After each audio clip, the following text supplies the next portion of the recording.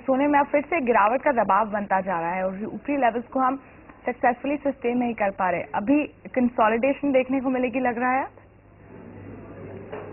Hi, good evening. मेरे ख्याल से gold and silver both got into kind of long term consolidation.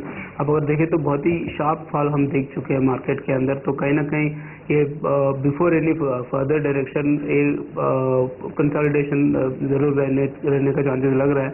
हालांकि अभी जो 1180 1200 के आसपास जो अच्छा सपोर्ट मिल रहा है, तो वहाँ से बार्गेन बाइंग के कारण एक पुल बैक रैली तो जरूर देखने को मिल रही है। And I see this rally extending towards 1325 $1330 also. तो यहाँ अभी शॉर्ट टर्म का जो ट्रेडर्स है मेरे ख्याल से खरीद के जा सकते हैं, बट द सेम टाइम रूपी का भी फैक्टर ध्यान में रख के काम करना पड़ेगा। बिल्कुल, क्योंकि रुपया आप देखिए हमने कल थोड़ी स्ट्रेंथ आती दिखी थी, जिस तरह से डॉलर इंडेक्स में एक फॉल आई थी, इसके चलते कुछ अप्रिसिएशन देखी थी, लेकिन आज आप फिर देखें फिर से हम एक्चुअली 60 के लेवल पर पहुंच गए हैं। तो रुपया आप देखेंगे बहुत ही डिसाइसिव ट्रेंड यहाँ पर नहीं दे पा रहा है। 60 का जो लेवल है वहां पर हम बार बार एक बार टकते हुए दिखते हैं और फिर करेक्शन जो है आप देखते हैं रुपये फिर से करेक्शन मोड में चला जाता है, तो उस पर एक्चुअली निर्भर करते हैं दोनों ही प्रेशियस मेटल्स। लेकिन आपको बताएं कि आज जून में जो सोने का इंपोर्ट है वो घट गया है और वो 75% तक घटा है। हरीश, अगर भारत में मांग ऐसी ही कम होती रही तो मीडियम टर्म में क्या लग रहा है, कितनी गिरावट सोने में आ सकती है, क्या इम्पैक्ट पड़ सकता है?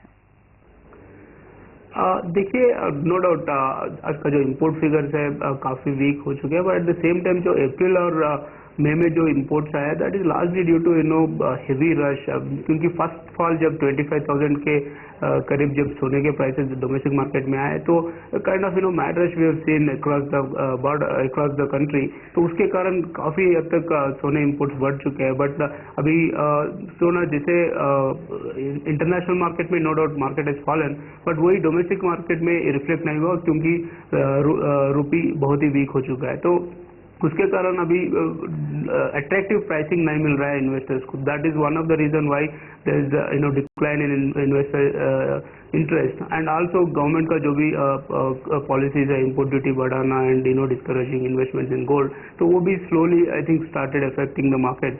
तो ओवरऑल गोइंग फॉरवर्ड मेरे ख्याल से इंपोर्ट का जो ट्रेंड है ऐसे रहने का चांसेस लग रहा है, both in India and China also ये स्लो डाउन कंटिन्यू रहने का चांसेस लग रहा है। तो all in all physical demand जो ज्वेलरी सेगमेंट या इन्वेस्टमेंट के लिए जो जाता है ना, वो थोड़ा स्लो चलने के चांसेस ज्यादा लग रहे हैं। बिल्कुल हरीश सर, यही मैं जानना चाहती हूँ कि जब भी हम देखते थे पीछे अभी जब गिरावट आती थी तो निचले लेवल से सपोर्ट मिलता था फिजिकल डिमांड की वजह से, लेकिन अगर अब वो भी खत्म होती दिख रही है तो लग रहा है कि बहुत ही जल्द, यानी कि करीब 1 महीने के अंदर फिर से हमें 25,000 के नीचे या 24,000 के आसपास के स्तर देखने को मिल सकते हैं सोने में। That is precisely I am saying now.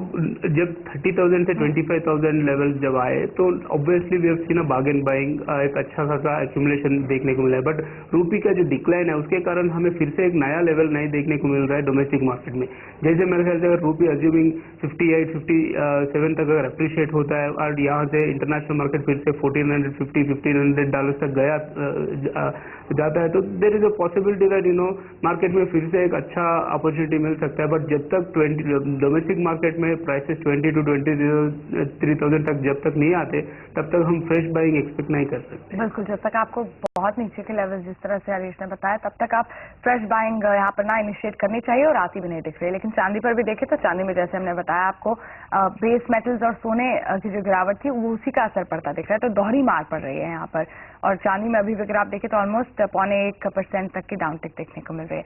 Harish, चांदी पर क्या व्यू बन रहा है आपका?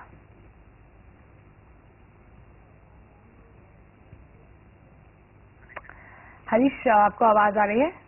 ओके, आई थिंक यहाँ पर कुछ ऑडियो दिक्कत है, लेकिन आपको बताएं अभी भी अगर आप देखेंगे तो जानकारों का कंसेंसस यही बन रहा है कि जो सुपर साइकिल में थे पूरी कमोडिटी स्पेस ही एक्चुअली, तो सोने और चांदी में हमने जिस तरह के शानदार रेट्स देखे थे 2011 में इंटरनेशनल मार्केट में, आपको याद होगा $1,900 का स्तर था जहां सोना पहुंचा था, और अब अगर आप देखें तो हम 1200 तक पहुंच चुके हैं। 34% की एक कमी सोने ने दिखाई है, और अब शायद वो जो बुल रन का फेज था वो खत्म होता दिख रहा है। तो एटलीस्ट आपको इतनी शानदार और इतनी मैग्निफिसेंट रिटर्न सोने में देखने को नहीं मिलेंगी अगर इनिशियल लेवल्स पर भी खरीदारी होती है।